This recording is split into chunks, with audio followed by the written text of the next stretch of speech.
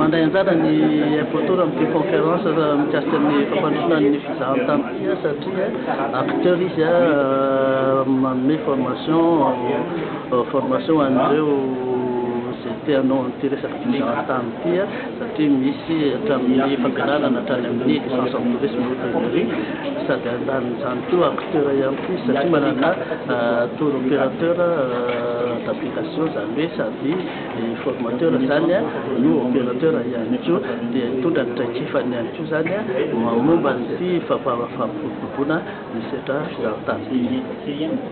Manaratra ny fahitanao monsieur le PDG aiza ho aiza ny fidiran'ny mpianatra sy ny fahamampianatra ao amin'ny infotour amin'izao fotoana izao? Hoe ny momba ny fampianarana indray moa zany dia misotra ara-dalàna misy mivoaka isan-taona satria efa roapolo taona mahitsy zao nijoron'ny infotour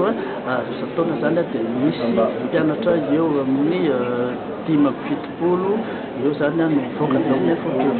Dia zay dia hoe tena azozony hoe mandroso zany ny infotour raha ny mpianatra no jerena ary mandroso ihany koa zany ny fitiavana zany fizahantany zao na dia eo ary ny crise.